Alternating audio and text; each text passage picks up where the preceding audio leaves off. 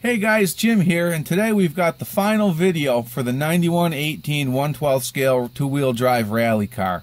If you were following along in the last video, you saw that I tried to do a 3S upgrade, and in the process found out that the speed control that comes with the 9118 can't handle 3S. So I went ahead and ordered the speed control from the 9115, which is basically the same vehicle but with monster truck tires and body. And that vehicle ships with a 3-cell lithium-ion pack instead of the 2-cell pack that this one comes with. So I felt pretty confident that that speed control would be able to handle 3S. So I put it in here, and just like I suspected, 3S works real well with it. So I've got the running footage coming up, and stick around after the running footage. We're going to go over our final thoughts on this vehicle.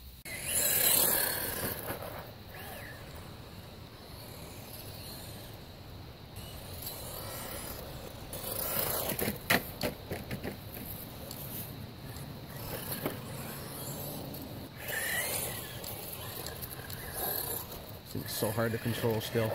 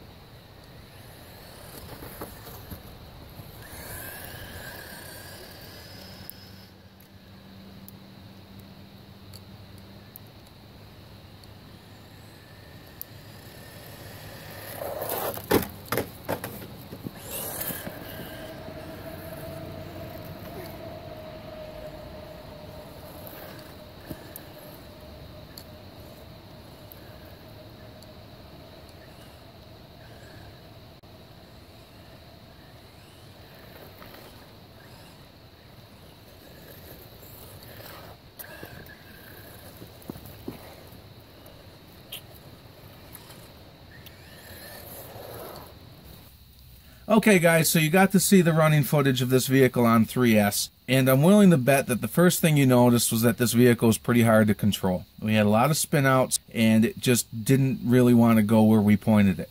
And that was a problem that I really had driving this vehicle on 3S. And I think the main reason for that is just that this vehicle is so lightweight, combined with the fact that it's got friction shocks with really stiff springs, just makes the vehicle tough to drive. Even on smooth surfaces, it's a little bit tough to get it going because it just wants to spin. But on anything less than a perfect surface, it just becomes even worse. As soon as you hit a bump, the rear suspension wants to pogo stick, and it unloads the rear tires. And because of that, it's kind of hard to suggest that 3S is a good idea for this thing. I think with 2S, this vehicle is pretty controllable. It's still a little bit of a handful because of the stiff suspension and the lack of any kind of damping from the shocks. But it's at least manageable. It goes pretty well on pavement, and you can drive it somewhat on dirt if you have a light trigger finger. So let's go ahead and recap what we've done to this vehicle from beginning to end. Okay guys, so now we have the body off, and we'll go over some of the changes that we made. The first change we made was to ditch the original set of wheels and tires. Even though they call this a rally car, these were really an on-road street tire. They were low profile, there's no foams in them, and the traction with these tires was just absolutely terrible. So we went ahead and got a set of these inexpensive tires from eBay. They were only about $10 a pair. These have foams in them, and they've got a great tread pattern, and they're pretty sticky for what they are. So we put those on, and in order to do that, we had to do a couple things. We had to raise up the body posts so that the body would sit up higher. And even in doing that, in order to avoid rub, we had to trim the fenders on the body a little bit. I think it still looks pretty good, and now we have plenty of clearance. One last thing we had to do for clearance was just to trim this front foam away so that the tires at full lock would have some room. And I actually trimmed this a little bit more than necessary because I had some 1/10 scale buggy tires on here at one point just to try it out. So the next thing that we did was to take apart this rear differential to address some issues in that differential. If you saw some of the early videos, you saw that even on 2S, this vehicle was super hard to control, and we had a lot of spinning out. And the reason for that was that the diff was very notchy and didn't work smoothly. And because of that and the low weight of the vehicle, it just made it real hard to control.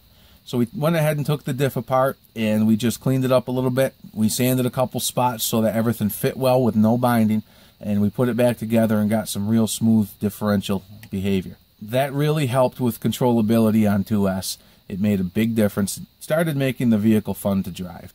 So the last thing that we did was to update the speed control in here with one from the 9115 in order to be able to run 3S. And in the process, I also put the XT60 connector on here just so that I could use my existing 3S packs without an adapter. So we did that, and like you saw in the video, it just really made this vehicle hard to control. So my final thoughts on this vehicle. Is it worth it, and who is this vehicle really for? The vehicle, when I bought this, sold for about $50, and now you can find them around $40, and I've even seen it as cheap as $30 from time to time. Is it worth $30? In some ways, yes, and in some ways, no. Even running this on 3S with the larger tires, I've had no breakage at all. This vehicle has been pretty durable. I haven't broken anything except for that speed control that I burned out, which is really my fault for trying 3S on it. It's been a very durable vehicle. If you saw the initial video, you saw that we really hammered it on a skate park with no breakage, and now even with extra power, it doesn't break. But the vehicle is hard to control. Between the very slow servo, the notchy diff, which we did address, and the lightweight and very underdamped suspension, it just makes it hard to drive. And that's the unfortunate part, because a cheap vehicle like this, especially a durable vehicle, is really a good vehicle for beginners, especially if it's a kid. You want to step up from something that's toy grade and get into something that maybe bridges the gap to a hobby grade vehicle. This vehicle I really had hoped was going to be that type of a vehicle, but because it's so hard to drive, I just can't recommend it for that purpose. If you give a kid or a new user a vehicle that's hard to control, they're just not going to enjoy it, and it could turn them off to the whole hobby. And because of that, I just think it makes it a difficult sell for a large group of people.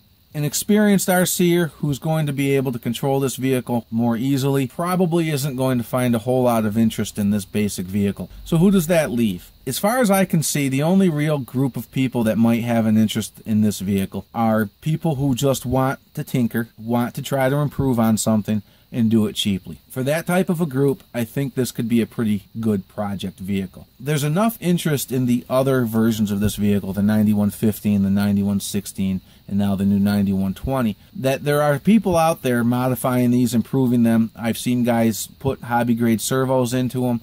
I've seen guys put better shocks on them and better springs, and I've even seen some guys do some brushless upgrades. Those possibilities are out there. The reason I hesitate to do it with this specific vehicle is that this vehicle is already too powerful for what it can handle. And to start getting into shocks and weight and all that stuff just adds complication that doesn't seem to make sense on a car that costs $40. But if you're the type of person who wants that challenge, who wants to make a cheap vehicle be the best that it can be, this is probably a good platform to start with. So overall, I hope for any of you that are actually still watching what turned out to be my least popular video series, that you guys learned something. I hope you enjoyed it. If you have any questions, please leave them in the comments. And if you want to keep seeing more budget RC-based vehicles, make sure you subscribe so that I know you guys are out there. Thanks very much.